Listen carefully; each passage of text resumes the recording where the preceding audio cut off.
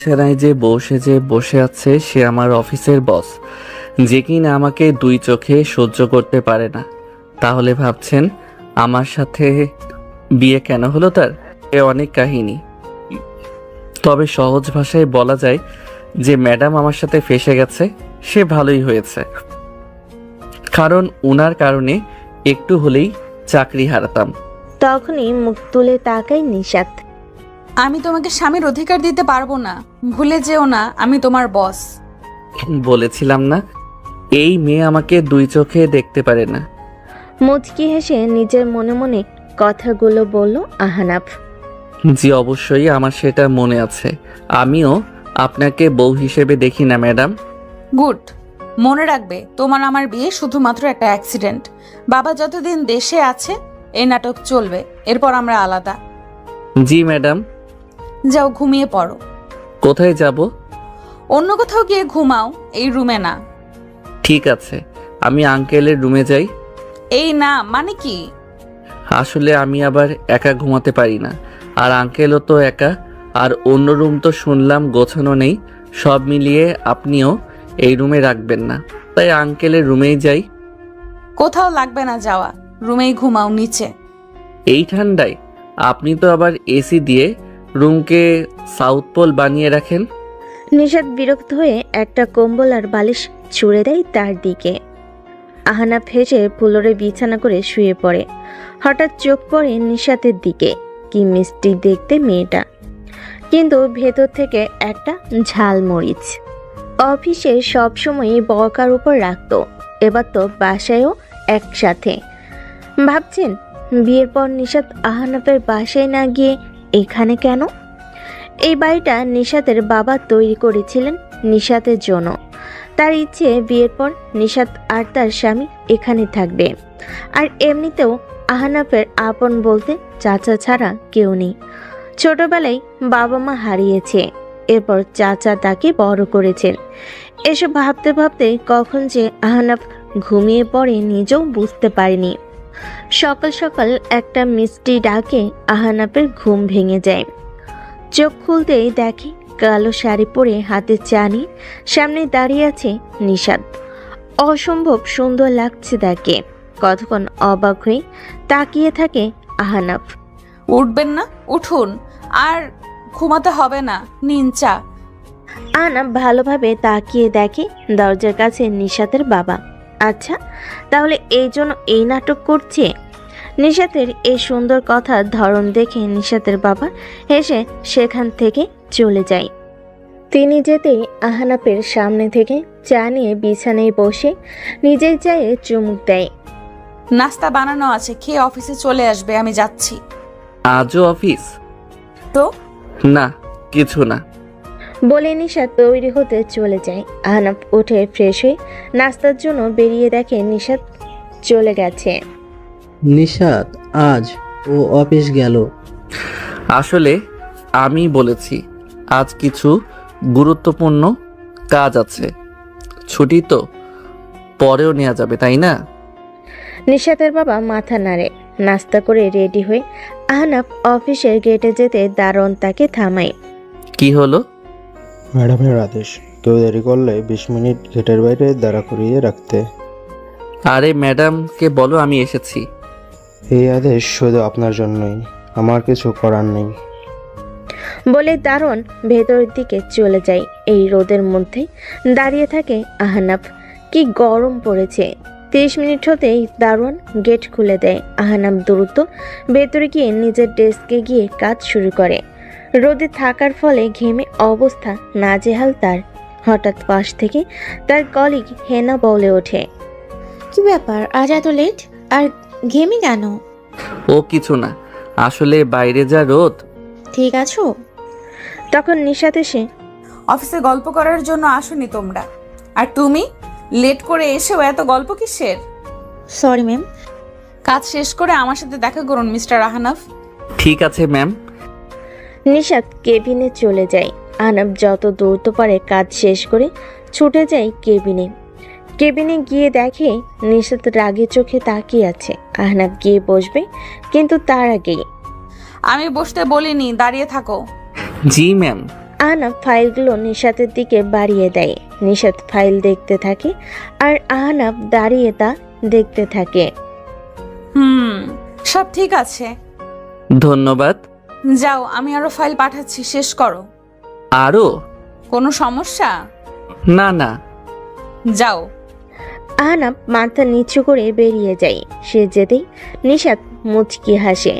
সারাদিন অফিসের কাজ শেষ করে ছুটির পর গেটের সামনে যেতে দেখে গাড়ি নিয়ে অপেক্ষা করছে নিশাত। এটা দেখে অবাক হয়ে যায় আহনাফ। গাড়ির দিকে এগিয়ে আসে সে। উঠে বসো। আমি চাই না আমরা দুজন আলাদাভাবে বাসায় যাই, আর বাবা সেটা নিয়ে কিছু ভাবুক। আচ্ছা। আহনাফ উঠে বসে গাড়িতে। বাসে এসে আহনাফ সোফায় হেলান দিয়ে বসে। নিশাত ফ্রেশ হয়ে এসে দেখে আহনাফ সোফায় ঘুমিয়ে আছে।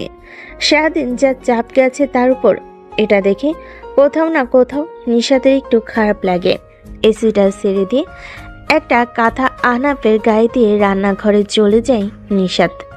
ঘুম থেকে উঠে দেখে রাত 8টা বাজে আর নিজের গায়ে কাঁথা দেখে একটু অবাক হয়ে যায় আহনাফ। উঠে ফ্রেশ হয়ে রান্নাঘরে গিয়ে দেখে নিশাত টেবিলের উপর মাথা ফেলে ঘুমিয়ে আছে, কিন্তু চুলার দিকে তাকিয়ে আহনাফ আটকে উঠে রান্না পুড়ে গেছে। আহনাফ দ্রুত ছুটে গিয়ে চুলা বন্ধ করে সব নামায়। নিশাতের বাবা বাইরে গেছেন, কিন্তু রান্না তো সব পুড়ে গেছে। খাবে কি তাহলে? নিশাতকে ডাকতেও ইচ্ছে করছে না। সারাদিন কাজের চাপ হয়তো বেশি গেছে তার উপর, তাই নিশাতকে না ডেকে নিজেই খাবার রান্না বসে। রান্নার হাত বেশ পাকা তার। পছন্দের কাজের মধ্যে রান্নাও আছে। রান্না বসিয়ে রুমে গিয়ে পুরো রুম গুছিয়ে নেয় সে। আহনাফ বেশ গোছানো ছেলে, আর অন্যদিকে নিশাত শুধু নিজের জন্যই যত্নশীল। নিশাত ঘুম থেকে উঠে পুরো বাড়ি অন্ধকার। ঘুটঘুটে অন্ধকারে কিছুই দেখা যাচ্ছে না, কিন্তু আলো নেই কেন? আর আহনাফ কোথায়? ফোন হাতে নিয়ে এদিক ওদিক দেখতে থাকে নিশাত। দোতলার জানালায় গিয়ে তার গায়ে কাটা দেয়। বাড়ির ঠিক বাইরে কিছু বড় গাছ, যা দেখেই কারোর ভয়ে শরীর ঠান্ডা হয়ে যাবে। ভয়ে গলা শুকিয়ে যায় নিশাতের। দ্রুত সিঁড়ি দিয়ে নামতেই ধাক্কা লাগে কারোর সাথে, আর এর ফলে চিৎকার দিয়ে ওঠে নিশাত। কিন্তু তখনই ফোনের আলোতে দেখতে পায় নিশাতের সামনে দাঁড়িয়ে আছে আহনাফ। আহনাফকে দেখে যেন নিশাতের দেহে প্রাণ ফিরে আসে, আর ভয়ে ভয়ে আহনাফকেই নিশাত জড়িয়ে ধরে। আহনাফ হতবাক হয়ে যায়। নিশাতকে কান্না করতে আগে দেখেনি সে। নিশাত মেয়েটা সাহসী বলে জেনে এসেছে সে। তখনই আলো ফিরে আসে। আমি আসবো? বাবার কণ্ঠ শুনে নিশাতের হুঁশ ফিরে আসে। দ্রুত আহনাফকে ছেড়ে দূরে গিয়ে দাঁড়ায়। এরপর সেখান থেকে রুমে চলে যায়। নিশাতের বাবা হেসে সেখান থেকে চলে যায়, আর আহনাফ সেখানেই দাঁড়িয়ে থাকে। রাতে নিশাতের বাবা আর আহনাফ খাবার টেবিলে এসে বসে। নিশাত ফ্রেশ হয়ে গিয়ে দেখে রান্নাঘরে সব গোছানোই আছে। নিশাত ভাবে ঘুমানোর পর আহনাফ তার রান্না নামিয়ে গুছিয়ে রেখেছে, তাই সে সেগুলো ভেবেই টেবিলে এনে রাখে। আজ আমি তোমার জন্য স্পেশাল রান্না করেছি বাবা। বাহ, কি সেটা? তোমার পছন্দের চিলি চিকেন। কথাটা শুনে আহনাফ মাথা নাড়ে, কারণ সে তো চিলি চিকেন রান্না করেনি। কিন্তু আহনাফের ইশারা না বুঝে ঢাকনা খুলে দিতে নিশাত তার বাবা অবাক। কোথায় চিলি চিকেন? এটা তো অন্য একটা রান্না। নিশাত অবাক হয়ে তাকিয়ে থাকে। আচ্ছা মা, রান্না তুই নিজে করছিস তো? বলে তিনি আহনাফের দিকে তাকাই। আহনাফ নিশাতের দিকে তাকিয়ে আছে। নিশাত ভুরু কুচকিয়ে তাকিয়ে আছে। আহনাফ বুঝতে পারছে আর রাতে তার খবর আছে। খাবারের সময় নিশাত বারবার আর চোখে তাকাচ্ছিল আহনাফের দিকে। এতেই গলা শুকিয়ে যাচ্ছিল আহনাফের। কোনোভাবে খাবার শেষ করে রুমে গিয়ে বসে আহনাফ। নিশাত সব গুছিয়ে রুমে গিয়ে দেখে আহনাফ আকাশের দিকে তাকিয়ে আছে। এই যে আমার রান্নাটা কোথায়? আমার রান্না কেন নেই? আসলে ম্যাম, আপনি যখন ঘুমাচ্ছিলেন তখন আপনার রান্না অক্কা পেয়েছে। মানে পুড়ে গেছে সব। কি বলছো? জি। নিশাত কিছুক্ষণ চুপ থেকে কিছু না বলে টেবিলে বসে অফিসের কাগজ ধরে আহনাফ বারান্দায় গিয়ে আকাশের দিকে তাকিয়ে থাকে। কাজ করতে করতে হঠাৎ আহনাফের দিকে তাকায় নিশাত। তাকে এভাবে আকাশের দিকে তাকিয়ে থাকতে দেখে বলে ওঠে, আকাশে কি এমন দেখছো? চাঁদ, আজকে চাঁদটার আলো যেন অন্য দিনের চেয়ে বেশি, বেশ সুন্দর লাগছে। কি লাভ দেখে সময় নষ্ট করা? হয়তো আসলেই সময় নষ্ট, তবে সুন্দর জিনিস উপভোগ করাই ভালো। করতে থাকো।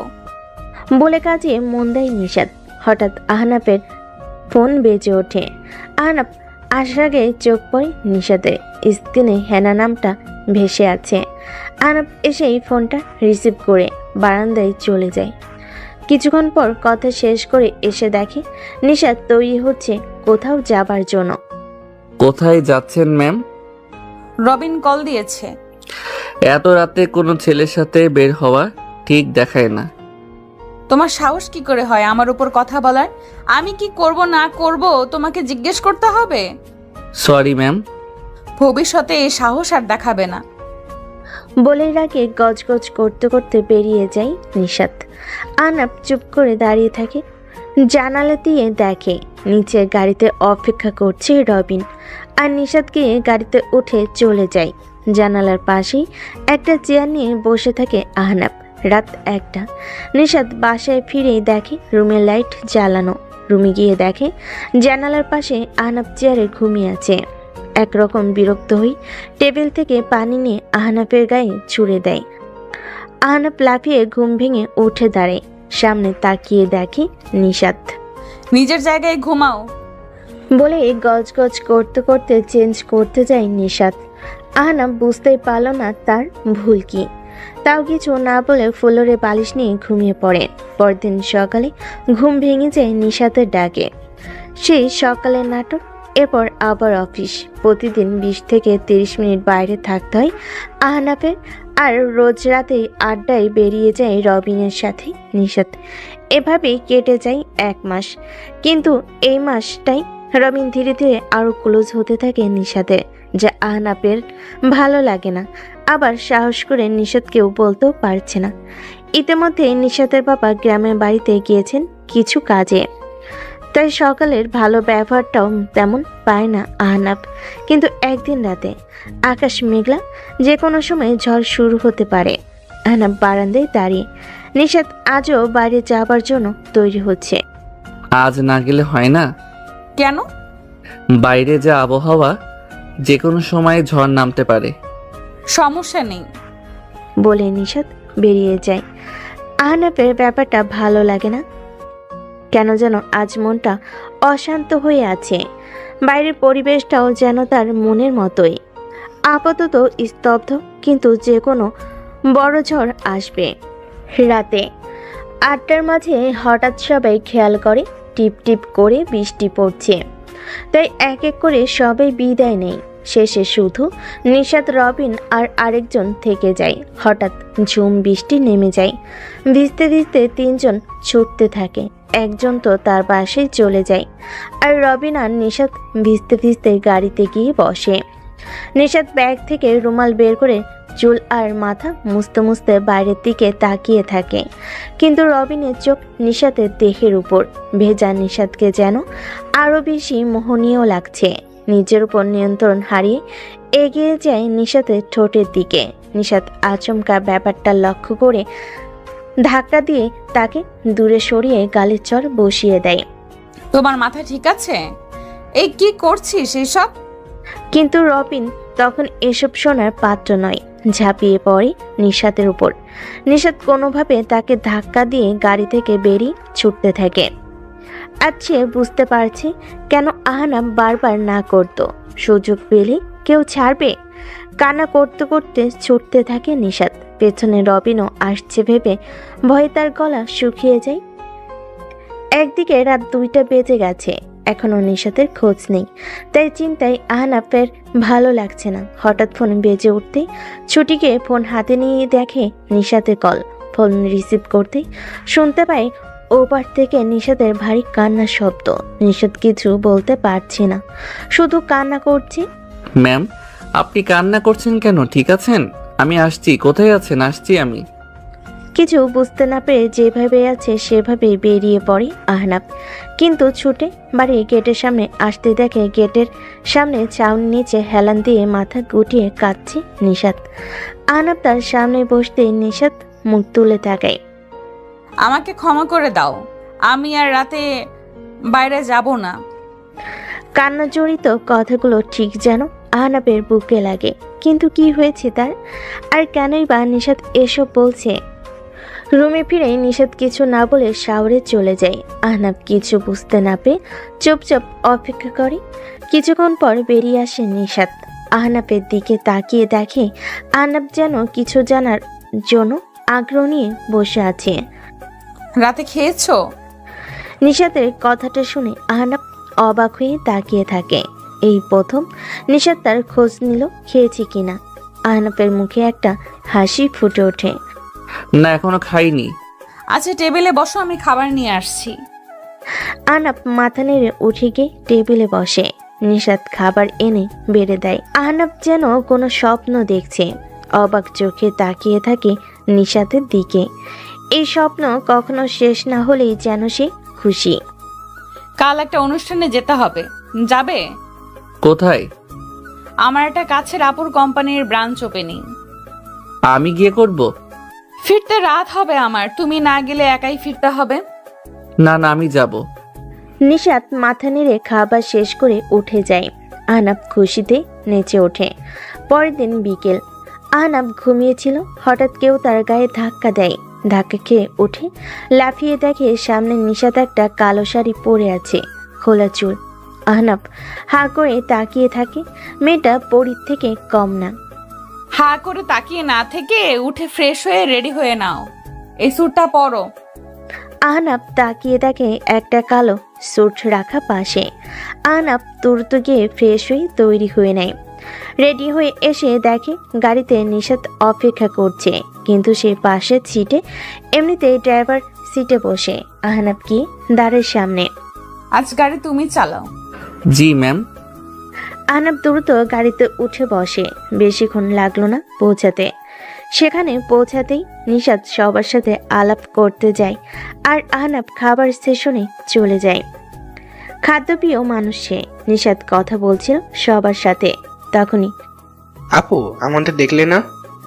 নিশাত ঘুরে তাকিয়ে দেখে আনোয়ার আর মিম দাঁড়িয়ে আছে, পুরনো বন্ধু। আরে তোমরা এত দেরি কেন? আর বলবেন না, ওর তৈরি হতে এত সময় লাগলো। মোটেও না আপু। আচ্ছা হলো হলো। তামিম, মেহেদি, ফারিয়া সবাই ওদিকে আছে, চলো। বাহ, ওরা এলো আর আমাকে বললো না? মাত্র এলাম আমরা। এখানে সবাই আছে কিন্তু একজনই মিসিং। না, ওই তো এসে গেছে। কথাটা শুনে নিশাত তাকিয়ে দেখে গেট দিয়ে প্রবেশ করতেই সে। নিশাত ছুটে গিয়ে সামনে দাঁড়ায়। নিশাতকে দেখে হাসি মুখে তাকায় হায়া। কেমন আছো আপু? এই তো, তুমি? শুনলাম বিয়ে করেছ। তোমার উপর রাগ আমি, তুমি আসোনি। সরি রে, আসলে এখন তো সব একাই সামলাতে হয়, তাই আর কি। ঠিক আছে, চলো সবাই ওখানে। আমাকে এখন আবার একটু বের হতে হবে। কেন আপু? আজ কয় তারিখ? আজ তো তারিখটা মনে করতে নিশাতের মুখটা মলিন হয়ে যায়। হায়ার দিকে তাকিয়ে দেখে তার মুখেও একটা মলিন হাসি। আপু চলো, আমিও যাব। না, তুমি থাকো। না আপু, চলো। তখনই পাশে এগিয়ে আসে আহনাব, কিন্তু নিশাত তাকে থামিয়ে দেয়। তুমি থাকো, আমরা একটু পরেই ফিরে আসবো। ঠিক আছে ম্যাম। নিশাত আর হায়া গাড়িতে উঠে যেতে থাকে অজানা স্থানের দিকে। দেখতে দেখতে একটা বছর হয়ে গেল আপু। তোমাদের জন্য একটা বছর আমার কাছে যেন এক যোগ। কিন্তু আমি এখনো জানি না কেন হলো এমনটা। সব ঠিক ছিল আর এক মুহূর্তে সব শেষ। আমরা ওর হাসির ভেতরে লুকিয়ে থাকা কষ্ট বুঝতে পারিনি। জানো, এখন খুব ঘৃণা হয় নিজের উপর। প্রথমে পরিবার, এরপর কাছের মানুষ, বন্ধু বান্ধব, এরপর আমিও। কেউ বুঝতে পারেনি ও ধীরে ধীরে আমাদের থেকে দূরে যাচ্ছে। বুঝতে পারিনি ওর হাসিটা মিথ্যে ছিল। নিশাদ তাকিয়ে দেখে হায়ার চোখে পানি গাল বেয়ে বুক অব্দি নেমেছে। নিশাদ চুপ করে থাকে। আমাকে এত ভালোবাসা দিয়ে রেখেছিল যে আমি সেটার জন্য বুঝতেই পারিনি ওর ভিতরে কি চলছে। আর সে রাতে যখন ওই কলটা আসলো, সবটা শেষ। বলতেই গাড়ি থামায় নিশাদ। হায়া মাথার কাপড় দিয়ে গাড়ি থেকে নামে। রাস্তার পাশে কাঁচা রাস্তা ধরে একটু এগিয়ে যেতেই একটা বড় গাছ, আর তার নিচেই একটা কবর। আজও আকাশে ঝড়ো ভাব, বিদ্যুৎ চমকাচ্ছে বারবার। নিশাদ দূর থেকে তাকিয়ে দেখে কবরটার জিয়ারত শেষ করে ডুকরে কেঁদে ওঠে হায়া। নিশাদ চেয়েও পারছে না থামাতে। কিছুক্ষণ পর হায়া উঠে দাঁড়ায়, ঘুরে হাতটা ধরে। নিশাদ গাড়ি দরজা খুলে আর হায়া এসে গাড়িতে বসে। নিশাদ গাড়ি চালু দিতেই একটা বাজ পড়ে, আর সেই আলোতেই কবরে কাব্য নামটা স্পষ্ট দেখা যাচ্ছে। নিশাদ আর হায়া গাড়ি নিয়ে ফিরে আসে ভ্যানুতে। হায়া মুখ মুছে স্বাভাবিক হয়ে প্রবেশ করে। আড্ডায় বসে সবাই। তা নিশাত, তোমার স্বামী আসেনি? নিশাদ কিছুক্ষণ ভেবে উত্তর দেয়। খাবার নিয়ে পড়ে আছে। এটা শুনে সবাই হেসে দেয়। তামিম আনোয়ারার স্বামী হিসেবে কেমন? মোটামুটি। আচ্ছা তাই? সত্যি বলতে আমি নিজেকে অনেক ভাগ্যবতী মনে করি ওকে পেয়ে। ও আমার রান্নার ভুল কখনোই ধরেনি। মাঝে মাঝে খারাপ খারাপ হলেও চুপচাপ খেয়েও আমাকে বলবে না। তবুও আমি নিজেকে বলতে গেলেই শুনবে না। হয়, এমন ছেলেও হয়। নিশাদ হায়ার দিকে তাকায়। নিশাদের মনে আছে একবার হায়া আর সে মিটিংয়ে গিয়েছিল, আর সেখানে হায়া যখন বক্তব্য দিচ্ছিল তখন কাব্য একটা চেয়ারে বসে গালে হাত দিয়ে হাসি মুখে মুগ্ধ হয়ে তাকিয়েছিল হায়ার দিকে। এমনকি অফিসের খাবার নিজেই আনতো, হায়া কাজে ব্যস্ত হলে খাইয়েও দিত। হায়া হয়তো এজন্যই কথাটা বলল। নিশাদ হায়ার হাতে হাত রাখলো। হায়া একটা হাসি দিয়ে তার দিকে তাকায়। আর এমন ছেলেদের অনুভূতি অনেক গভীর হয়, বুঝতে পারার আগেই মাঝে মাঝে হারিয়ে যায়। হায়া আস্তে আস্তে বলে, যা নিশাদ শুনতে পায়। নিশাদ ঘাড় ঘুরিয়ে তাকিয়ে দেখে আহনাফ চেয়ারে দুপা ভাঁজ করে বসে খাবার খাচ্ছে। নিশাদ কিছু একটা আজ করতে পেরে দ্রুত উঠে এক গ্লাস পানি নিয়ে আহনাফের পেছনে গিয়ে দাঁড়ায়। কয়েক সেকেন্ডের মধ্যেই আহনাফের গলায় খাবার আটকে যায়। সে তো পানি আনেনি, কিন্তু পেছন থেকে গ্লাসটা বাড়িয়ে দেয়। আহনাফ দ্রুত পানি খেয়ে হাঁপ ছেড়ে বাঁচে। নিশাতের দিকে তাকিয়ে দেখে নিশাত মাথা নেড়ে সেখান থেকে হেঁটে যায়। নিশাত গিয়ে সবাই সহ খেতে বসে। তোমার হাজবেন্ডকে ডাকবে না? ও আগে খেয়ে নিয়েছে, এখন ডাকলেও খেতে পারবে না। কিন্তু তখনই পেছনে আহনাফ হাজির, বলে, আমি কখন বসবো খেতে? কথাটা শুনে সবাই হাঁ করে তাকিয়ে থাকে। বিশেষ করে নিশাত বড় বড় চোখ করে তাকিয়ে থাকে। আপনি আরো খাবেন? হ্যাঁ, তখন নাস্তা করলাম। আরে নিশাত, সমস্যা কি? বসো ভাই। 1 মিনিট। নিশাত ব্যাগ থেকে একটা ইনো বের করে পানিতে গুলে আহনাফকে দেয়। এটা আগে শেষ করে নাও, তারপর কিছুক্ষণ রেস্ট, তারপর খাবে। প্রয়োজনে আমি অপেক্ষা করব। আরে আমাদের এসব লাগবে না, চিন্তা করবেন না। অনুষ্ঠান থেকে ফেরার 1 ঘন্টা পর বিছানায় পেট ব্যথায় কাতরাতে থাকে আহনাফ। সামনে নিশাত চোখ গরম করে তাকিয়ে আছে। আহনাফের এবার কি হবে? আহনাফ ভয়ে ভয়ে নিশাতের দিকে তাকায়। নিশাত কিছুক্ষণ চোখ গরম করে তাকিয়ে মাথা নেড়ে উঠে রুম থেকে বেরিয়ে যায়। আহনাফ চুপ করে শুয়ে থাকে। তখনই আবার নিশাত কিছু মেডিসিন নিয়ে এসে আহনাফের সামনে বসে। এক এক করে 2টো ট্যাবলেট আহনাফের হাতে ধরিয়ে দেয়, পানির গ্লাস সহ। এগুলো সহ খেয়ে নাও। জি। নিশাত উঠে চেঞ্জ করতে চলে যায়। পরের দিন নিশাত একাই অফিসে চলে যায়। আহনাফকে বলে যায় যেন বিছানা থেকেও না ওঠে। সকাল থেকে একা থাকতে থাকতে আহনাফ বিরক্ত হয়ে যায়। দুপুর হয়ে আসতেই ভাবলো একটু হেঁটে আসবে, কিন্তু বিছানা থেকে বাইরে পা রাখতে কারোর একটা ছায়া দরজায় পড়ে। আহনাফ তাকিয়ে দেখে নিশাত অফিস থেকে ফিরে রুমের দরজায় দাঁড়িয়ে আছে। আমি তোমাকে না করেছিলাম উঠতে। Sorry ma'am. আমি রান্না করে নিচ্ছি, তোমার কিছু চাই? না না, ঠিক আছি আমি। ঠিক আছে। নিশাত রান্না করতে চলে যায়। হঠাৎ নিশাতের পরিবর্তন দেখে আহনাফ অবাক আবার খুশিও। দুপুরে রান্না শেষ করে খাবার সোজা রুমেই নিয়ে আসে নিশাত। বেশ ভালো খাবার, ঝাল ছাড়া। খাবার শেষ করে নিশাত অফিসের কাজে বসে। তখনই আহনাফ উঠে দাঁড়ায় তার সামনে। কিছু বলবে? আসলে সব বন্ধুরা আজ দেখা করার কথা। আমি যাই। পেটের ব্যথা? এখন নেই তো। আচ্ছা, কিন্তু 9টার আগে ফিরবে। মাত্র 9টা? ঠিক আছে ম্যাম। বলে আহনাফ তৈরি হয়ে নেয় বের হতে। দাঁড়াও। নিশাতের ডাকে দরজায় থমকে যায় আহনাফ। নিশাত উঠে ব্যাগ থেকে একটা ঘড়ির বক্স বের করে ঘড়িটা আহনাফের হাতে পরিয়ে দেয়। আহনাফ অবাক, কারণ এটা সেই ঘড়ি যা সে গতরাতে অনলাইনে দেখেছে আর তার খুব পছন্দ হয়েছিল, কিন্তু দাম বেশি, তাই আর ভাবিনি এই ব্যাপারে। এত দামি ঘড়ি আর নিশাত জানলো কিভাবে? ঠিক 9টার আগে ফিরবে। বলেই নিশাত নিজের জায়গায় গিয়ে বসে। ঠিক আছে, আসি আমি। রাত 8:45। আহনাফ এখনো বাসায় আসেনি।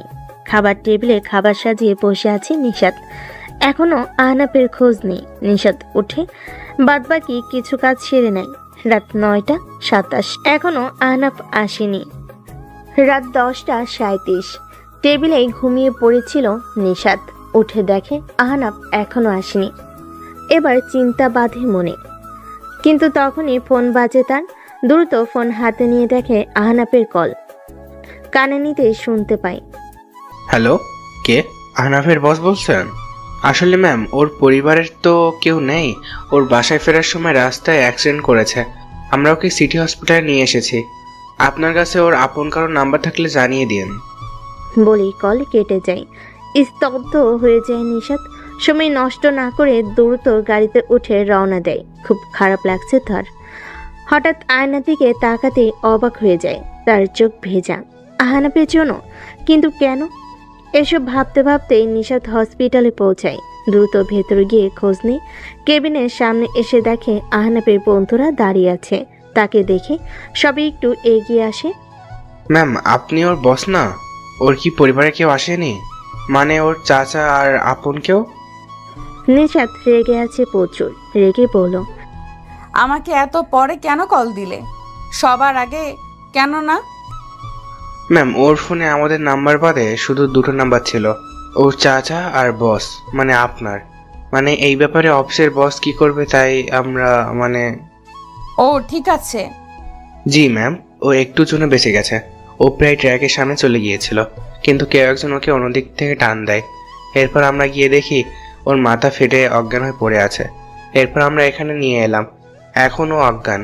ডাক্তার বলল কিছুক্ষণের মধ্যে জ্ঞান ফিরবে। নিশাত কেবিনের দরজা খুলে ভিতর গিয়ে আহনাফের পাশে বসে। চোখ মুছে নিজেকে সামলে নেয়। বাইরে থেকে তাদের থেকে আহনাফের ফোনটা নিয়ে এসেছে সে।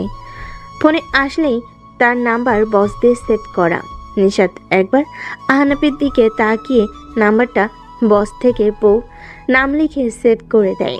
কিছুক্ষণের মধ্যে আহনাফের জ্ঞান ফিরে আসে। আহনাফ তাকিয়ে দেখে সব বন্ধুরা তাকে ঘিরে ধরে আছে। এখন ভালো লাগছে? হ্যাঁ। আপনারা চাইলে ওনাকে বাসায় নিয়ে যেতে পারেন।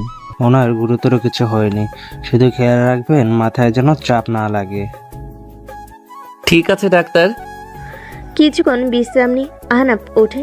ফোন হাতে নিয়ে দেখে রাত 3টা বেজে গেছে। এই সময় ডাক্তার। কিছু ভাবার আগেই তাকিয়ে দেখে কেবিনের সামনে ডাক্তারের সাথে কথা বলছে নিশাত। বুকের ভেতর ধক করে ওঠে তার। কথা শেষ করে কেবিনে আসে নিশাত। নিশাত আহনাফের দিকে একবারও তাকায়নি, বরং তার বন্ধুদের বলে যেন তারা সহ আহনাফকে গাড়িতে নিয়ে আসে। বাইরেই গাড়ি বলে নিশাত বেরিয়ে গাড়িতে এসে বসে। আহনাফ এসে সামনে বসে। তার সাথে 3 বন্ধু পিছনে ছিটে নিশাত গাড়ি চালাতে শুরু করে। বাহ আহনাফ, তোর বস খুব ভালো। আহনাফ তাকিয়ে দেখে নিশাত যেন প্রচন্ড রেগে আছে। হ্যাঁ বস, আমি। ও খুব ভালো কাজ করে, তাই বস হয়ে ওর কেয়ার করি। বস তো তাই। আহনাফ বুঝতেই পারল না কেন সে একটা কথাই এতবার বস উচ্চারণ করলো। একে একে সবাইকে নামিয়ে দিয়ে বাসায় ফিরে আসে নিশাত আর আহনাব। বাসায় ফিরে রুমে গিয়ে একটা বালিশ নিয়ে অন্য রুমে চলে যায় নিশাত। আহনাব কিছুই বুঝতে পারল না। পরের দিন সকালে উঠে দেখে নিশাত আগে বেরিয়ে গেছে অফিসের জন্য। আহনাব দ্রুত এই অবস্থাতেও তৈরি হয়ে অফিসের জন্য বেরিয়ে যায়। অফিসে যাবার সময় কাল রাতের কথা মনে ভেসে ওঠে। ট্রাক তার দিকে ছুটে আসছিল, তখন একটা হাত তাকে টান দিয়ে সরিয়ে নেয়। তার মুখ সে দেখেনি, শুধু চোখ জোরে দেখেছে। মুখটা কালো কাপড় দিয়ে ঢাকা, আর কানে এসেছিল অনেকটা পাখির পাখা ঝাপটানোর শব্দ। কে ছিল সে? অফিসে পৌঁছে দেখে সবাই কেমন চুপ হয়ে আছে, আর নিশাতের কেবিন থেকে একরকম ঝগড়ার শব্দ আসছে। আহনাব গিয়ে দেখে রবিন এসেছে। সেই রাত নিয়ে কথা কাটাকাটি করছে নিশাতের সাথে। নিশাত তাকে বারবার বেরিয়ে যেতে বলছে, কিন্তু রবিন মাঝে মাঝে এমন কথা বলছে যে সে হুমকি দিচ্ছে। আহনাব ভেতরে যেতেই রবিন তার দিকে এগিয়ে এসে কলার ধরে ধাক্কা দিয়ে কেবিনে বাইরে ফেলে দেয়। সামান্য কর্মচারী হয়ে আমাদের কথা শোনানোর সাহস কি করে হয়? বলে রবিন দরজা লাগিয়ে দেয়। আহনাব উঠে চেয়ারে বসে মাথা নিচু করে। কয়েক সেকেন্ডের মধ্যেই গেট খুলে রবিনকে ধাক্কা দিয়ে বের করে দেয় নিশাত। রবিন উঠে রেখে নিশাতের দিকে যেতেই কেউ তাকে পেছন থেকে টেনে ধরে। রবিন পেছনে তাকায়। আহনাব তার ঘাট টেনে ধরে আছে। রবিন কিছু বলতে যাবে, তার আগেই এক ঘাসকা টানে সোজা ফ্লোরে ফেলে দেয় আহনাব তাকে। নিশাত অবাক হয়ে তাকিয়ে দেখে আহনাবের মুখ গম্ভীর হয়ে আছে, চোখ কেমন একটা স্তব্ধ হয়ে আছে, রাগের ভাব স্পষ্ট। তোর এত বড় সাহস! কথা শেষ করার আগেই এক সেকেন্ডের মধ্যে আহনাব ঝুঁকে বসে একদম রবিনের চোখের খুব কাছে। এরপর থেকে ওর কাছে যাবার চেষ্টা করলেও আমার থেকে খারাপ কেউ হবে না। বের হ। রবিনের বুকে ভয় জমে যায়। কোনোভাবে উঠে সে একবার নিশাতের দিকে তাকিয়ে বেরিয়ে যায়। নিশাত আহনাবের দিকে যেতে আহনাব ঘুরে তাকায়। সরি ম্যাম, আমার এটা করা উচিত হয়নি। নিশাত কিছুক্ষণ চুপ করে এরপর মুচকি হেসে সেখান থেকে চলে যায়। আহনাব আর বাকিরা অবাক। আহনাব নিজের চেয়ারে বসতে সবই এগিয়ে আসে। তোমার রাগী রূপ এমন, তা তো জানা ছিল না। আমিও জানি না কি হলো হঠাৎ। তখন কেবিন থেকে নিশাত ডাক দেয়। আহনাব দ্রুত কেবিনে গিয়ে দেখে নিশাত তার জন্য অপেক্ষা করছে। আহনাব গিয়ে সামনে দাঁড়ায়। আমরা দুপুরেই বাসায় ফিরবো, কাজের চাপ নেই, এখানে বসে থাকো। কিছু কাজ এগিয়ে রাখি। চুপচাপ করে বসো। ধমকে চুপ করে বসে থাকে আহনাব।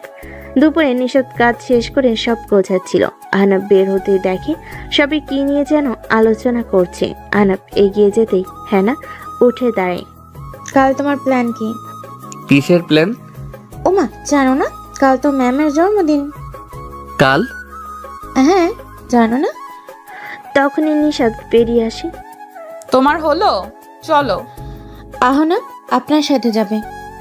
হ্যাঁ। ওকে কি কোনো বিশেষ কাজে নিচ্ছেন ম্যাম? না মানে ওকে দেখতে মনে হচ্ছে অসুস্থ। সেটা আমি দেখবো, তোমরা না। এসো তুমি। আহনাব মাথা নেড়ে নিশাতের পিছনে হাঁটতে থাকে। গাড়িতে সরি, আমি না জেনেই। রবিন স্যারকে?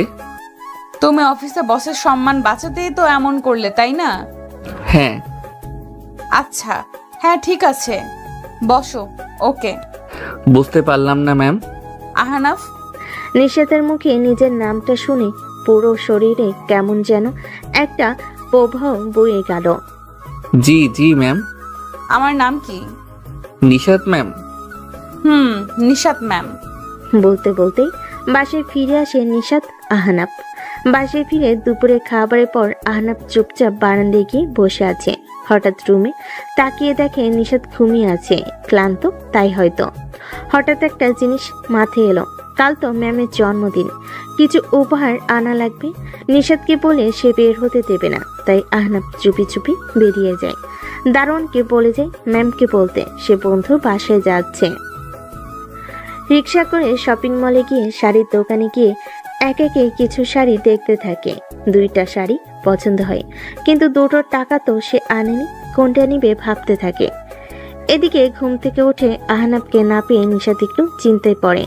তখনই টেবিলে একটা নোট পেয়ে হাতে নিয়ে দেখে সেটি আহনাব লিখে গেছে বন্ধুর বাসায় যাচ্ছে। নিশাত একটু রেগে যায়, তাও কি করবে আর। ফ্রেশ হয়ে কফি নিয়ে বারান্দায় বসে। এদিকে সব কেনাকাটা করে বন্ধুদের কিছু জিনিস ব্যবস্থা করতে বলে বাসায় ফিরে আসে আহনাব। 7টা বেজে গেছে। বাসায় ফিরে রুমে গিয়ে দেখে নিশাত টিভি দেখছে। সরি না বলে যাওয়ার জন্য। বসকে বাসার ব্যাপারে না বললেও হয়, ঠিক আছে?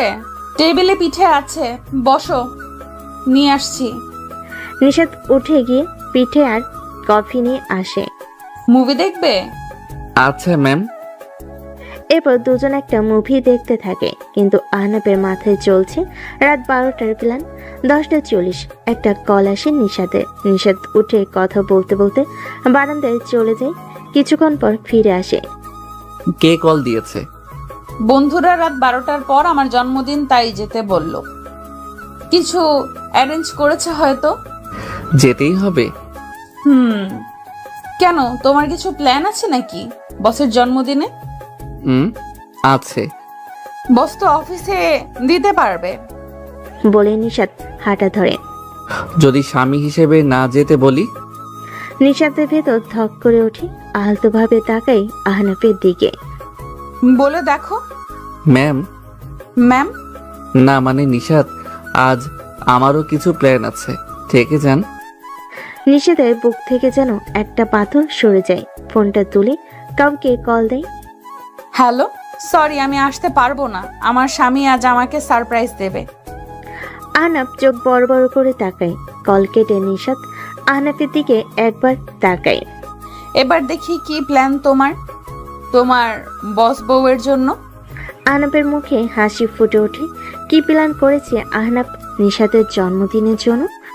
রাত 11টা 30 বাজতে চলো। নিশাত বসে আছে একভাবে আহনাফের সামনে। আহনাফ বারবার ঘড়ির দিকে তাকাচ্ছে। 11টা 45 বেজে যায়। আহনাফ উঠে দাঁড়ায়, হেঁটে বাইরে কোথাও চলে যায়। নিশাত বুঝতে পারছে না কোথায় গেল আহনাফ। কিছুক্ষণ পর আহনাফ হাতে একটা বক্স নিয়ে ফিরে আসে। এসে নিশাতের সামনে দাঁড়ায়। এতে কি? খুলে দেখুন। নিশাত বক্সটা খুলতে দেখে নীল আর মেরুনের মধ্যে একটা সুন্দর শাড়ি। নিশাত মুগ্ধ হয়ে তাকিয়ে থাকে শাড়ির দিকে। 12টার আগেই দিলে যে? না, এটা সারপ্রাইজ না, এটা পরে আসুন। জলদি যান, সময় হয়ে এলো। কিসের সময়? আহা যান না। নিশাত মাথা নেড়ে চেঞ্জ করতে চলে যায়। 11টা 57। নিশাত শাড়ি পরে বের হয়।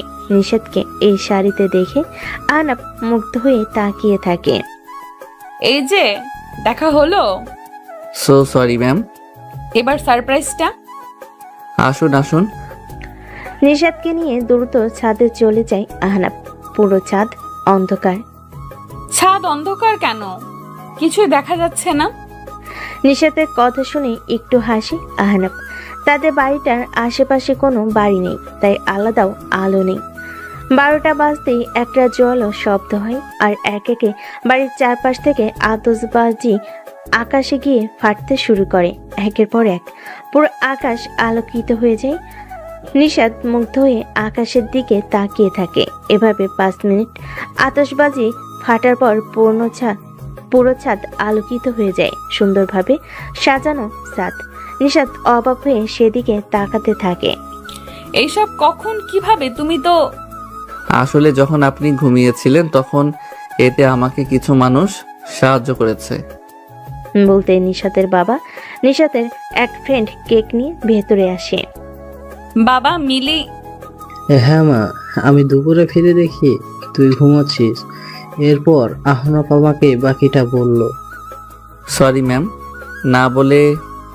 নিশাত কেক কাটে। প্রথম টুকরো হাতে নিয়ে দেখে আহনাফ দূরে দাঁড়িয়ে আছে। নিশাত এগিয়ে আহনাফের মুখে কেক পুড়ে দেয়। আহনাফ বড় বড় চোখ করে তাকিয়ে থাকে অবাক হয়ে। নিশাতের বাবা আর মিলি হাসতে থাকে। আহনাফ একটু লজ্জা পেয়ে যায়। নিশাত মা, কাল তুমি আর আহনাফ হায়ার গ্রামে বেড়াতে যাচ্ছ। বিকেলের ট্রেন। বাবা এই হঠাৎ? বিয়ের পর তোমরা কোথাও যাওনি, আর হায়াও বলল গ্রামে যাচ্ছে। ও তোমাদের এবার যেতে হবে ওর সাথে। কই, আপু তো আমাকে কিছু বলেনি। আজই বললো আমাকে। তোমার ফোন নাকি অফ? ও হ্যাঁ, সন্ধ্যায় অফ হয়েছিল। তাহলে কাল তৈরি হয়ে যাবে। বাবা অফিস থেকে সোজা যাবে। অফিস কেন? বাবা কিছু ফাইলে সাইন করতে হবে। আচ্ছা ঠিক আছে। পরের দিন সকাল। আহনাব তৈরি হয়ে বসে আছে, কিন্তু নিশাত এখনো তৈরি হচ্ছে।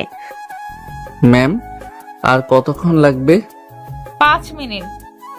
তুমি চাবি নিয়ে গাড়ি বের করে নাও, আমার টেবিলের চাবি। আহনাব মাথা নেড়ে চাবি বের করে বের হবে তখনই। সোফায় দেখো স্যুট রাখা নীলচে, ওটা পরে নাও। আমি তো পড়তে পারবো না, তাই না? ঠিক আছে ম্যাম। স্যুটটা হাতে নিয়ে গাড়ি চড়াই আহনাব। আয়নার সামনে দাঁড়াই আহনাব। দারুণ লাগছে তাকে। চাবি নিয়ে বেরিয়ে যায়। গাড়ি নিয়ে গেটের সামনে দাঁড়াই আহনাব। তখনই গেট খুলে বেরিয়ে আসে নিশাত। আহনাবের শাড়িটা পরে, খোলা চুল। রাতে যত সুন্দর লাগছিল তার থেকেও এখন অনেক গুণ বেশি সুন্দর লাগছে তাকে। একদম পরি। নিশাত এসে সামনে তার পাশে বসে। চালাও। জি ম্যাম। আহনাব কোনোভাবে চোখ সরিয়ে গাড়িটা নিয়ে বেরিয়ে পড়ে। অফিসের নিচে সবে অপেক্ষা করছে নিশাতের জন্য ফুল নিয়ে। গাড়ি আসতেই সবে এগিয়ে আসে।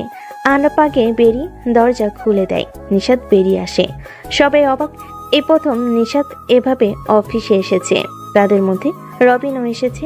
সবার আগে সে এগিয়ে যায়। Happy birthday Nishat. এখনো রেগে আছো? আর তুমি এই সামান্য কর্মচারীর সাথে মিলিয়ে শাড়ি কেন পরলে? আর এই শাড়ি তো বেশ কম দামি। উজ্জ্বল মুখটা হঠাৎ রাগে লাল হয়ে যায় নিশাতের। তবে রাগ চেপে একটা লম্বা নিঃশ্বাস ছেড়ে পাশে দাঁড়ানো আহনাবের হাত আলতোভাবে ধরে। বিয়ের পর এই প্রথম আমার স্বামী আমাকে কিছু উপহার দিয়েছে, সেটা যেমনই হোক আমার জন্য সবচেয়ে মূল্যবান। কথাটা সবাই শুনে অবাক। আর আহনাব যেন সে যেন একটা ঘোরের মধ্যে আছে। তখনই হাতে একটা টান দিয়ে কাছে টেনে নেয় নিশাত। চলো। এরপর সবাই জন্মদিনের শুভেচ্ছা জানাতে থাকে। এরপর সবাই অফিসের ভেতর যায় আর রবিন সেখান থেকে ফিরে যায়। আজ হেনার কেন যেন মন খারাপ, একদম চুপচাপ হয়ে আছে। দুপুরের মধ্যে সব কাজ শেষ করতে নিশাতের কেবিনে কেউ টোকা দেয়। নিশাত তাকিয়ে দেখে হায়া দাঁড়িয়ে আছে। আপু এসো এসো। শুভ জন্মদিন নিশাত বলে একটা উপহারের বক্স এগিয়ে দেয়। ধন্যবাদ আপু। তোমরা তৈরি? হ্যাঁ আপু। চলো তাহলে। ঠিক আছে আপু। নিশাত, হায়া আর আহনাব অফিস থেকে বেরিয়ে যায় আর রওনা দেয়। ট্রেন স্টেশনে এসে নামে তারা। আচ্ছা ম্যাম, আমরা তো গাড়িতেও যেতে পারতাম। মাঝে মাঝে ভিন্ন কিছু অভিজ্ঞতা নিতে হয়, বুঝলে? জি আপু। নিশাত মুচকি হাসে। ট্রেনে উঠে বসে তিনজন। ট্রেন স্টেশন থেকে বেরিয়ে ছুটতে থাকে আপন গতিতে। টুকটাক গল্প করতে করতে তারা 9টায় পৌঁছে যায় সেই গ্রামের স্টেশনে। আগে নিশাত নেমে দাঁড়ায় স্টেশনে। তাকে দূর থেকে দেখেই কয়েকটা বখাটে এগিয়ে আসে। কি ম্যাডাম, একা নাকি? এগিয়ে দিই। ধীরে ধীরে নিশাতের খুব কাছে চলে আসতে থাকে, কিন্তু হঠাৎ ছেলেগুলোর চোখে ভয় বড় বড় হয়ে যায় আর এক পা দু পা করে পিছিয়ে যেতে থাকে। নিশাত ঘুরে তাকিয়ে দেখে হায়ার ট্রেন থেকে নামছে আর তাকে দেখে ওরা পিছিয়ে যাচ্ছে। কিন্তু কেন? আপু তুমি ওদের চেনো? ওরা মিরাজ। বকেটে ছেলেগুলো একজন এগিয়ে আসে। তোমার হাত ঠিক আছে এখন? হায়ের কথা শুনে নিশাত তাকিয়ে দেখে মিরাজের বাঁ হাতে কবজি কাটা, যেন খুব বাজেভাবে ভেঙে গিয়েছিল। না আপু, বা হাতে কোনো কাজ করতে পারি না। আচ্ছা এখন যাও এখান থেকে, ওরা মেহমান। বলতে ছেলেগুলো সেখান থেকে চলে যায়। তখনই সব ব্যাগ নিয়ে ট্রেন থেকে নামে আহনাব। আপু ওরা তোমার কথা শুনছে কেন? কয়েক বছর আগে তোমার মতো আমাকেও এভাবে বিরক্ত করছিল ওরা। এরপর? তোমার ভাইয়া আমার ঠিক পেছনেই ছিল। আর কি? বুঝতে পেরেছি। কি হয়েছে এখানে? কিছু না। স্টেশন থেকে বেরিয়ে আসতেই দেখে হায়ের জন্য গ্রামের কয়েকজন গাড়ি নিয়ে অপেক্ষা করছে। গাড়িতে উঠে বেরিয়ে যায় স্টেশন থেকে। সারাদিন ট্রেনে থাকার ফলে আহনাব অনেক ক্লান্ত হয়ে যায়, তাই গাড়িতে সে ঘুমিয়ে পড়ে। কিন্তু গাড়ির ঝাঁকানিতে মাথা সোজা রেখে ঘুমানো কঠিন, এটা দেখে নিশাত আহনাবের মাথাটা নিজের কাঁধে রাখে। বাড়ি পৌঁছে আলাদা রুমে চলে যায় নিশাত আহনাব। এখানে এসেও আহনাব ফ্লোরে বালিশ নিয়ে শুয়ে পড়ে। এটা দেখে বিছানা থেকে আরেকটা বালিশ ছুঁড়ে মারে নিশাত। বালিশ মুখে লাগতে লাফিয়ে ওঠে বসে আহনাব। জি ম্যাম। উপরে এসে শুয়ে পড়ো। আপনি নিচে ঘুমাবেন? নিচে ঠান্ডা অনেক। আমি কেন নিচে ঘুমাবো? তাহলে অন্য রুমে। কেন? তো কই ঘুমাবেন? এখানেই। তো আমি কেন যাব? আসতে বলেছি তাই। না মানে। এসো। ধমকে বিছানায় শুয়ে পড়ে আহনাব, তবে মাঝে একটা বালিশ দিয়ে। নিশাত মুচকি হাসে। মাঝরাতে আহনাব জেগে ওঠে একটা ছোঁয়ে। চোখ মেলে তাকিয়ে দেখে নিশাত তাকে জড়িয়ে আছে। আহনাব আটকে উঠতে যাবে, কিন্তু তার আগে নিশাত তাকে শক্ত করে জড়িয়ে ধরে। আহনাব ভেবেছিল নিশাত ঘুমে, কিন্তু এবার বুঝতে পারছে সে ঘুমে নেই। নিশাত এসে আলতো করে আহনাবের গালে চুমু দেয়। আহনাব অবাক হয়ে তাকিয়ে থাকে। ম্যাম আপনি? নিজের বউকে কেউ এভাবে ম্যাম বলে? সত্যি বলতে অনেক কিউট লাগে তোমার এই ম্যাম বলা। আহনাব কিছু বলতে যাবে, তার আগে নিশাত তার বুকের উপর ঝুঁকে ঠোঁটে ঠোঁট রেখে দেয়। আহনাবের শরীর ঠান্ডা হয়ে যায়। নিজের অজান্তে চোখ বন্ধ হয়ে যায়, হারিয়ে যায় নিশাতের মাঝে। এদিকে রাতের ট্রেনের জন্য অপেক্ষা করছে রবিন, অন্যদিকে হাসপাতালে। আর কতদিন ঘুমিয়ে থাকবে ডাক্তার? বলা যাচ্ছে না, তবে ওর অবস্থা উন্নতি হয়েছে। 1 বছরের বেশি সময় হয়ে গেল, ওকে জাগিয়ে তুলুন। আমরা চেষ্টা করছি। সকালে ঘুম ভেঙে যেতেই আহনাব লক্ষ্য করে নিশাত তার বুকের উপর ঘুমিয়ে আছে। হুট করে উঠতে গেলে নিশাতের ঘুম ভেঙে যায়। নিশাত নিজেকে আহনাবের বুকে পেয়ে একটু লজ্জা পায়, কিন্তু নিজেকে সামলে বুকে শুয়ে চোখ কষলে আহনাবের দিকে তাকায়। কটা বাজে? 9টা। এ বাবা, এতক্ষণ ঘুমানো ঠিক হয়নি, ওঠো। কাল রাত আসলে। চুপ, ফ্রেশ হয়ে এসো। আহনাব মাথা নেড়ে উঠে চলে যায়। নিশাত হেসে বেরিয়ে যায়। আহনাব ফ্রেশ হয়ে এসে দেখে নিশাত তার জন্য পাঞ্জাবি বের করে গেছে। পাঞ্জাবি পরে বের হতে তখনই ফোন বেজে ওঠে। নাম্বারটা চেনা না, অচেনা। রিসিভ করতেই। স্যার, আপনি আহনাব স্যার? অচেনা কণ্ঠে। জি। জি, আপনার একটা পার্সেল রয়েছে। কিন্তু আমি তো শহরে নেই। জি জানি স্যার, আপনার ঠিকানাটা দিলে আমাদের জন্য সুবিধা হয়। আচ্ছা আমি এখন আছি। ঠিক আছে স্যার, ধন্যবাদ। বলে কল কেটে যায়। এই সময় পার্সেল কে পাঠাচ্ছে আর কেন, এসব না ভেবে বেরিয়ে নাস্তার টেবিলে গিয়ে দেখে হায়া নিশাত বসে আছে। খুব ভালো হলো। জি আপু। দুজনের জন্য আজ একটা সারপ্রাইজ আছে। কি সারপ্রাইজ আপু? এখনই বলবো না, বিকেলে। কি বলো না। আহনাফ, তোমার কাছে কোনো কল এসেছে? হ্যাঁ আপু, একটু আগেই। আচ্ছা, তাহলে বিকেলেই জেনে যাবে। আহা, বলো না। না, খেনো দ্রুত। এরপর আমরা গ্রাম দেখতে বের হব।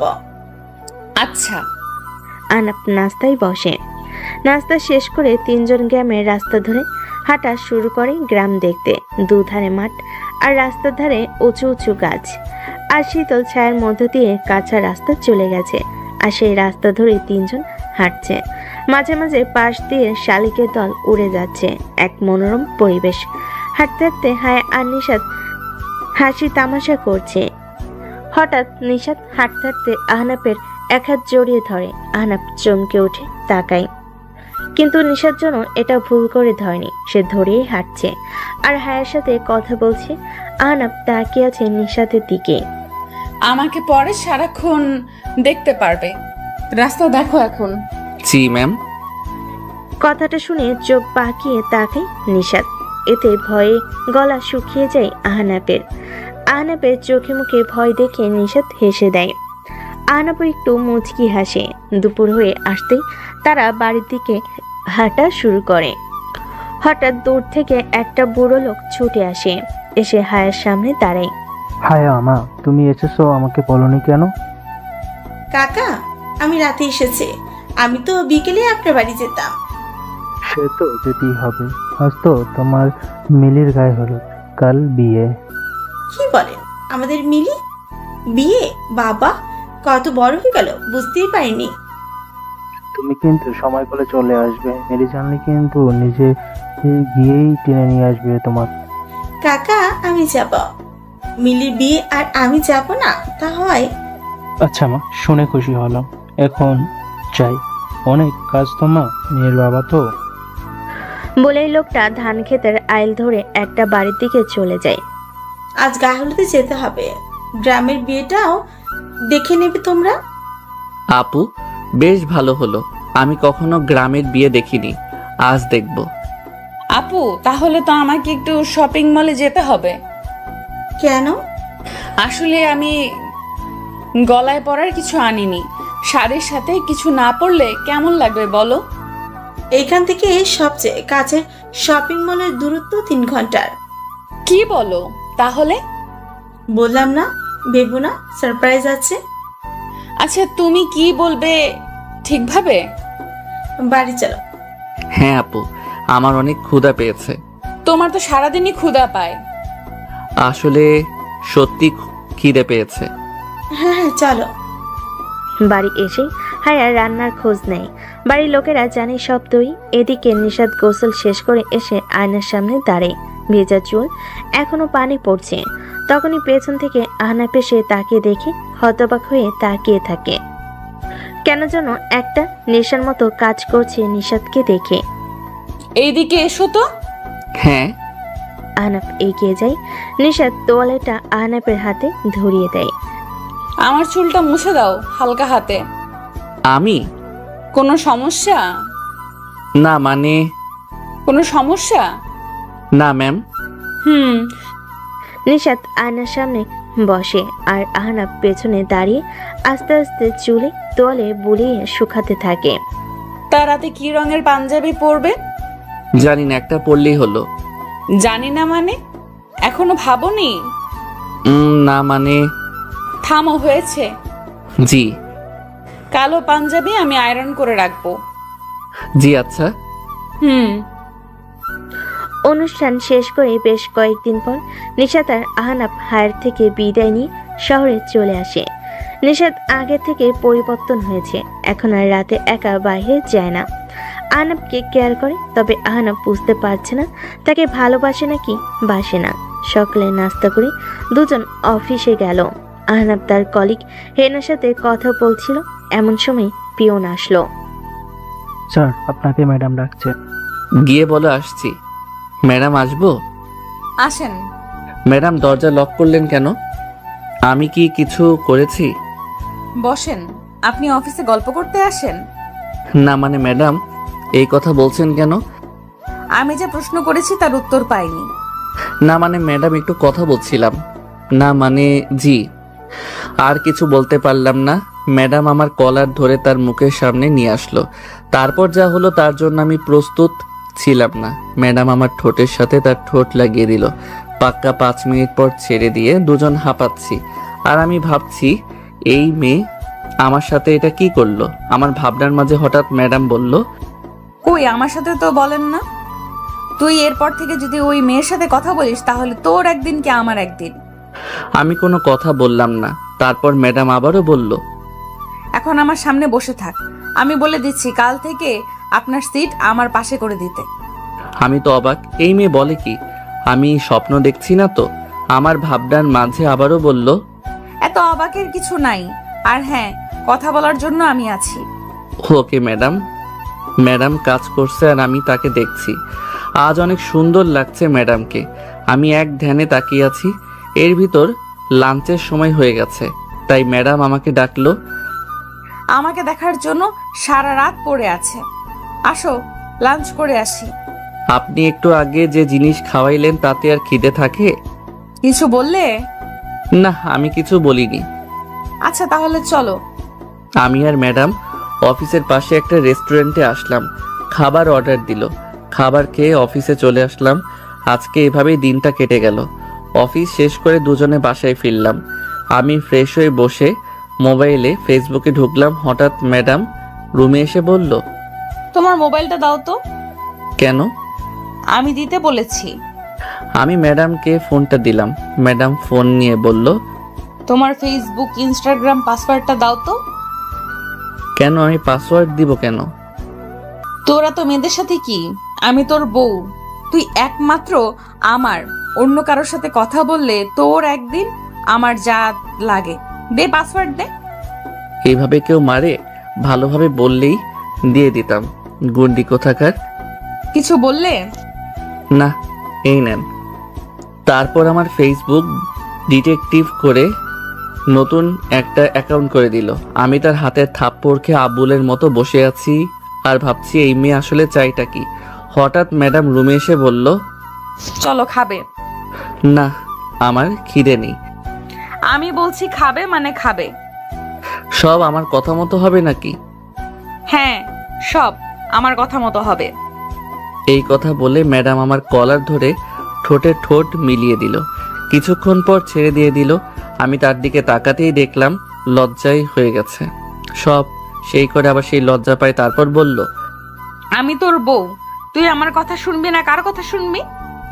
আচ্ছা ম্যাডাম। আমি তো ম্যাডামই। নেক্সট টাইম যদি ম্যাডাম বলো তাহলে খবর আছে। তাহলে কি বলবো? আমি তোর বউ, তাই নিশাত বলে ডাকবি। আচ্ছা। চলো খেতে চলো। আমার খিদে নেই। আহালে আমার বাবুটা রাগ করেছে। রাগ করো না, আমি তোমার 5টা না 10টা না একটা মাত্র বউ। আমার উপর রাগ করো না। রাতে আদর দিমনে। চলো এখন খাবে। তারপর ম্যাডাম আর আমি ডিনার শেষ করে রুমে আসলাম। আমি নিচে ফ্লোরে বিছানা করছিলাম, তখন বউ আসলো। তুমি এটা কি করছো? ঘুমাবো, বেড ঠিক করছি। না, তুমি এখানে ঘুমাবে না। তাহলে? উপরে আমার সাথে ঘুমাবে। কিন্তু কোনো চিন্তা নয়। তারপর আমি আর কোনো কথা না বলে খাটের এক কর্নারে গিয়ে অন্যদিকে তাকিয়ে শুয়ে আছি। এরপর নিশাত আমার পেছন থেকে জড়িয়ে ধরলো। এসব কি হচ্ছে? তুমি এভাবে জড়িয়ে ধরছো কেন? আমার না কোলবালিশ জড়ায় ধরে ঘুমানোর অভ্যাস। তাহলে তুমি ও পাশে কোলবালিশ আছে, সেটাকে জড়িয়ে ধরে ঘুমাই। এখানে কোনো কোলবালিশ নেই। মানে আমার কোলবালিশ কোথায় গেল? ওটা আমি ফেলে দিয়েছি। ফেলে দিছো মানে? কিন্তু কেন? কারণ এই ছোট খাটে 3 জনে ঘুমাতে পারবো না। 3 জন কোথায়? এখানে তো মাত্র 2 জন, আমি আর তুমি। ওই যে কোলবালিশকে নিয়েই তো 3 জন। আমি তো ওই কোলবালিশটা ছাড়া ঘুমাতে পারি না। তাহলে এখন আমি কি জড়িয়ে ধরে ঘুমাবো? কেন তুমি আমাকে আর আমি তোমাকে দুজনকে জড়িয়ে ধরে ঘুমাবো? না, আমি তোমাকে কিছুতেই জড়িয়ে ধরে ঘুমাবো না। তুমি না ঘুমালে না ঘুমাবে, কিন্তু আমি তো তোমাকে জড়িয়ে ধরেই ঘুমাবো। এই কথা বলে আবার আমাকে জড়িয়ে ধরে শুয়ে পড়ল। আমি আর কিছুই বললাম না, কারণ জানি আমার কথা শুনবে না। আমারও মন চাচ্ছে ওকে ভালোবেসে বুকে জড়িয়ে নিতে, কিন্তু কেন জানি না একটা বাধা অনুভব করছি। আজ সারা দিনটা যে কিভাবে কেটে গেল বুঝতেই পারিনি। আর আমাকে যে মেনে নিয়েছে এটা তো আমার কাছে স্বপ্নের মতো মনে হচ্ছে। এইসব কথা ভাবছিলাম, তখন ম্যাডাম মানে বউ বলল, শুনছো? আমার না আদর লাগবে। আপনার আদর লাগবে? আমি কি করতে পারি? তুমি কি করতে পারো মানে কি? আমার আদর লাগবে। আপনার আদর লাগবে, আপনি নিয়ে নেন। আমি না করছি নাকি? হায় আল্লাহ, আমার কি ফাটা কপাল, এমন আনরোমান্টিক একটা স্বামী দিলা। আমি আনরোমান্টিক? তো কি? রোমান্টিকতা দেখতে চান, সামলাতে পারবেন তো? তুমি দিয়ে দেখো না। শোনো না, বলেন। আমার তোমার মতো একটা ছেলে বাবু লাগবে। আমার তো আপনার মতো একটা মেয়ে বাবু চাই। সে দেখা যাবে, আগে আল্লাহ যেটা দিবে ওইটাই। আগে তো বাবু আসার কাজ শুরু করবে, নাকি এমনি এমনি প্লে স্টোর থেকে আসবে? আর কি, আমি সম্মতি পেয়ে ম্যাডামকে কাছে টেনে নিলাম। তারপর একে অপরের মাঝে মিশে গেলাম। আমি ম্যাডামের নাভিতে একটা চুমু খেলাম।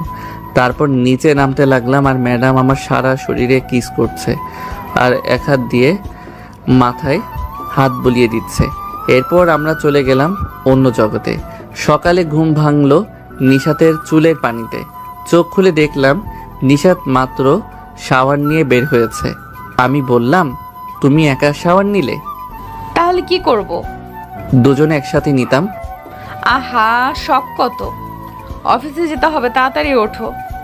এতদিন পর বউকে কাছে পেলাম, আর বউ কিনা আনরোমান্টিক। হায় আল্লাহ। রাতে দেখা যাবে কত দূর পারো। এখন রেডি হয়ে নাও, অফিস যাব। নিশাত ওর ফোনে আমার আইডি লগ ইন করে সোজা আগে মেসেঞ্জারে ঢুকলো। এই মেয়েদের শুধু একটাই কাজ, একটু কারোর সাথে কথাও বলতে দেবে না। আল্লাহ জানে যে এখন কি হতে চলেছে। আগে দু একটা মেয়ের সাথে এমনি কথা বলতাম, যদি এটা মাইন্ড করে তাহলে আমি শেষ। ও ফোনের দিকে একবার তাকাচ্ছে আর আমার দিকে একবার তাকাচ্ছে। ভাব ভালো না, ও দেখুক। ততক্ষণে বারান্দায় থেকে ঘুরে আসি, না হলে এখানে থাকলে আমি শেষ। তাই টুক করে বারান্দায় চলে আসলাম। নীলা একদিকে ফোনের মেসেজগুলো দেখে রেগে আগুন। শালার হারামি একটা, আমি থাকতেও অন্য মেয়ের সাথে কথা বলা। দাঁড়া, দেখাচ্ছি তোর মজা। আরে কই গেল হারামিটা? গেল কোথায়? নিশ্চয়ই কেটে পড়েছে। দাঁড়া, যাবি কোথায়? তোকে এমন পেটাবো না যে কথা বলা ভুলে যাবি। আবার কখ থেকে শেখাবো। তবে গেল কোথায়? বারান্দায় গেছে মনে হয়। এই যে এখানে বসলাম, আজকে আয়, তোকে কুচি কুচি করে কেটে আলুর সাথে ভাজি করে রুটি দিয়ে খাবো। কিছুক্ষণ পরে আমি আস্তে আস্তে রুমে ঢুকলো। দেখলাম নিশাত বসে আছে খাটে, হাতে অসহায় ফোনটাকে ধরে আছে। আমিও যখন খুব অসহায়, কি ঘটতে চলেছে আমার সাথে কে জানে। মাথা নিচু করে একটু একটু করে নীলার দিকে এগিয়ে গেলাম। নিশাত আমাকে দেখেই দাঁড়িয়ে গেল। নিশাতের চোখ লাল হয়ে গেছে। ও রেগে গেলে এমনটা হয়। আমার ফোনটা খাটে ছুঁড়ে ফেলে দিল, তারপর আমার সামনে আসলো আর ঠাস ঠাস। দেখেন তো আপনারা, গালটা কোনো দিকে বাঁকা হয়ে গেল নাকি? মনে হয় হয়নি, ঠিকই আছে। মেয়েদের হাতে এত পাওয়ার আগে জানলে রুমেই আসতাম না, আর মাইরও খেতাম না। দুই গালে দুই হাত রেখে দাঁড়িয়ে আছি, না জানি আবার দেয় নাকি, তাই আর রিস্ক নিলাম না। হাত সরাচ্ছি না। নীলার আগের সুরেই বলল, এসব কি? কোন সব? এই যে এতগুলো মেয়ের সাথে কিসের কথা? ও তো অনেক আগে বলেছিলাম, সেই কবে, আমার ভালো করেই মনে নেই। কথা বলতে বলেছি? তুমি তো জিজ্ঞাসা করেছো। করেছি। তাই তোমার কি? আইডি ডিঅ্যাক্টিভেট করো এক্ষুনি। এত স্বাদের আইডি নষ্ট করব? আর সেটা এক্ষুনি। আচ্ছা। নিশাতের রাগ চরমে, তাই যা করতে বলছে চুপচাপ করাই ভালো। ছোট বাচ্চার মতো কথা মতো কাজ করলাম। আইডি বাতিল। নিশাত আমার সামনে এসে হাত দিয়ে আমার হাত সরিয়ে নিল গাল থেকে। মনে হয় লাল হয়ে গেছে। হাত সরিয়ে আমার গালে হাত রেখে আলতো করে ছুঁয়ে দিচ্ছে। ওর চোখে পানি। বুঝতে পারছি না কি হলো আবার। এই তো এক্ষুনি রেগেছিল, এখন আবার চোখে পানি কেন? আবার কোনো ভুল করে ফেললাম নাকি? আবার কি করলাম রে বাবা? নীলাকে বললাম, আবার কিছু কি করে ফেললাম? কাঁদছো কেন? কিছু না, তোমার খুব লেগেছে তাই না? কই না তো। গালটা লাল হয়ে গেছে, সরি। আরে কিছুই হয়নি, তুমি কান্না থামাও। তুমি চাইলে আমাকে মারতে পারো। কি সব বলছো? খুব ব্যথা করছে? একদম না। তাহলে এমন ফুলে গেছে কেন? মিথ্যা বলছো কেন? জানি অনেক ব্যথা লাগছে, আমার মাথা কাজ করছিল না। আসলে তোমাকে আমি আর কাউকে পেতে দিতে চাই না, তুমি শুধুই আমার। আমি জানি সোনা, আর কখনো কারোর সাথে কথা বলবো না, প্রমিস। এইদিকে আসো, একটু বরফ লাগিয়ে দেই। না, ওসব লাগবে না, কিছু হয়নি।